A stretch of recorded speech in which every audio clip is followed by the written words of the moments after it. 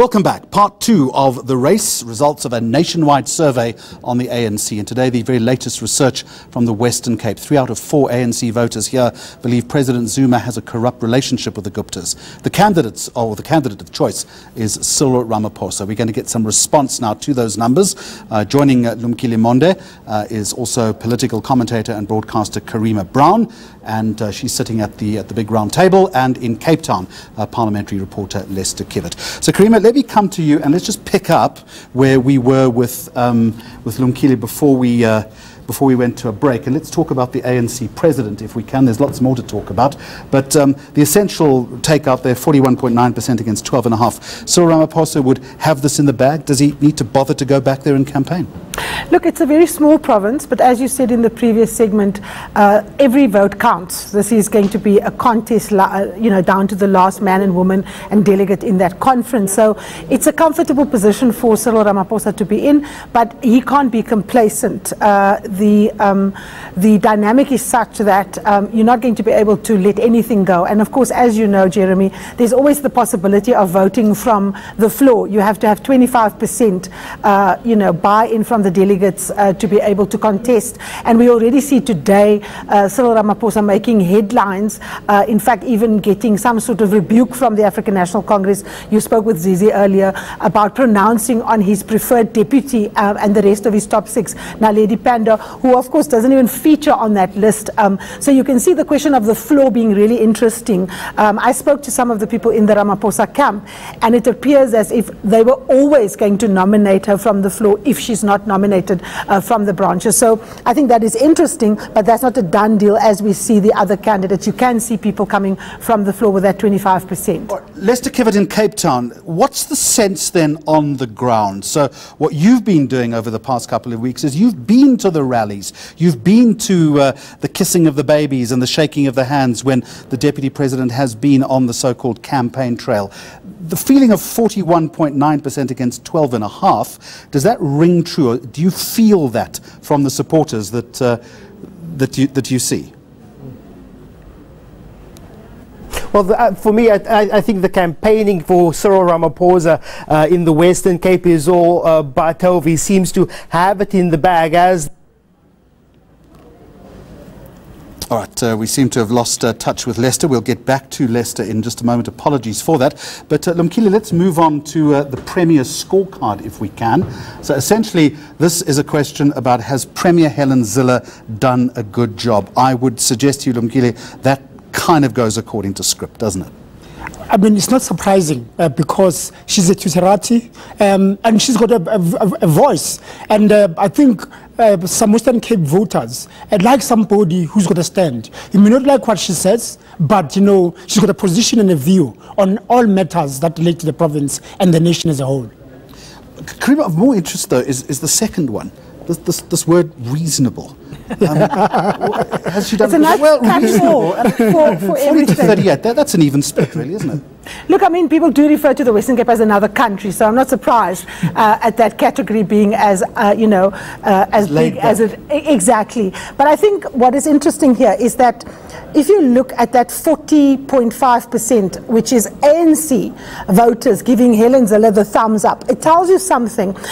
We were speaking off camera earlier, Jeremy. A lot of ANC voters in the Western Cape come and hail from the Eastern Cape. If you look at the misrule that you see from the ANC there, it's a huge improvement to live in the Western Cape, even though Helen Zille is much tardier and her party historically has governed poor black areas much different from what they do, let's say, Constantia and, Bishop's Court and so on. There is a sense, even among ANC voters, that delivery under Helen Zille is slightly better. And that, I think, is quite an indictment, I think, on the ANC.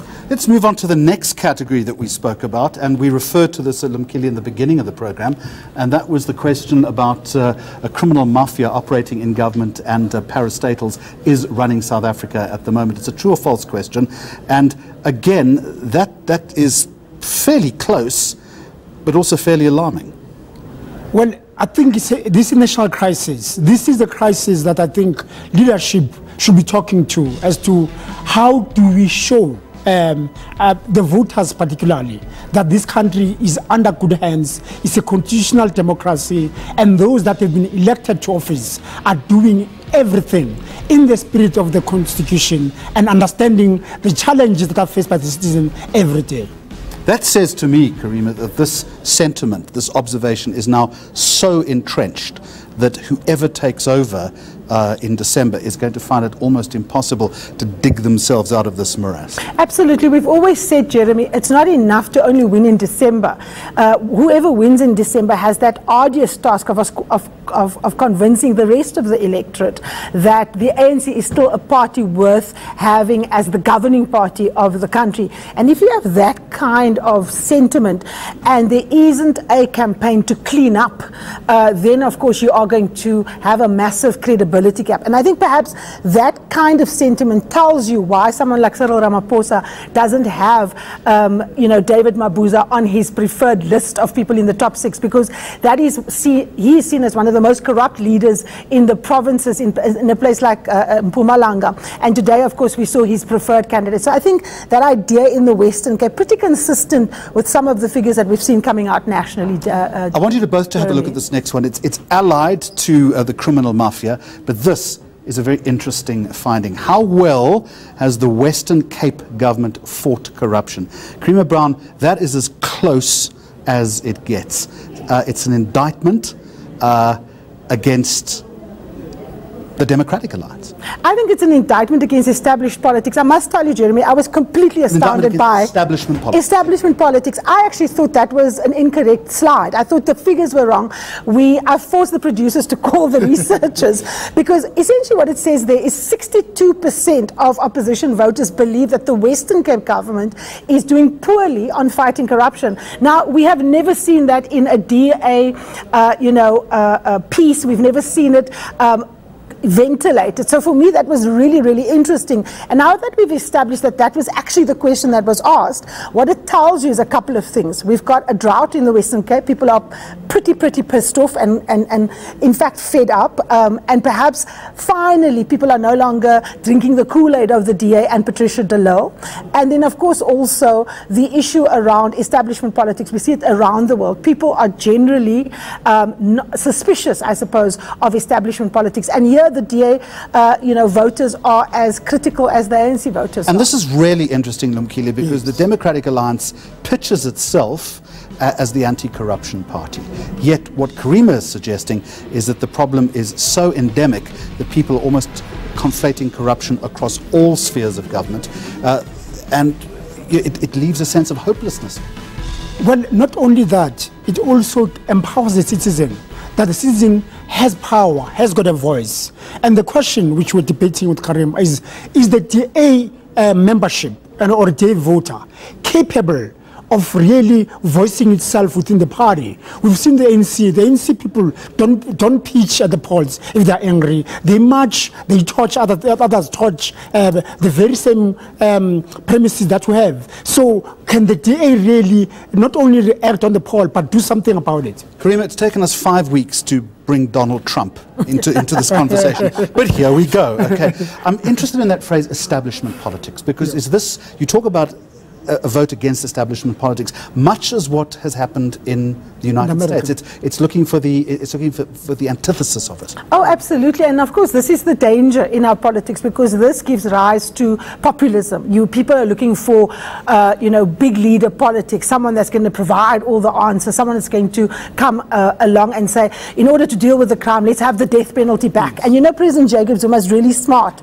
at, pinning his sentiments just around that. Every time he goes to Mitchell's Plain, for example, he says we can't run away from the question that people are asking. And of course, on places like the Cape Flats, where children are being preyed on, where you have gang violence and so on, that kind of message lands really well, because people feel disempowered. They feel that they are not being listened to, and that the authorities are effectively, giving them a wide berth. So this is, it's a good thing in the sense that what you can see is that people are yearning for something completely fresh, something out of the box, but it's also concerning because you can have demagogues coming up. And in the Western Cape in particular, what you have is a politicization of ethnic politics, where you have people in the Democratic Alliance and the ANC pitting coloured working class people against black African working class people, and the struggle for resources, so that you have the poor against the poor, with the elite getting away with most of it. It's also about the money. And still ahead on the program, we're going to look at participant sentiment towards this phrase, radical economic transformation. What do voters in the Western Cape feel about that? This is The Race.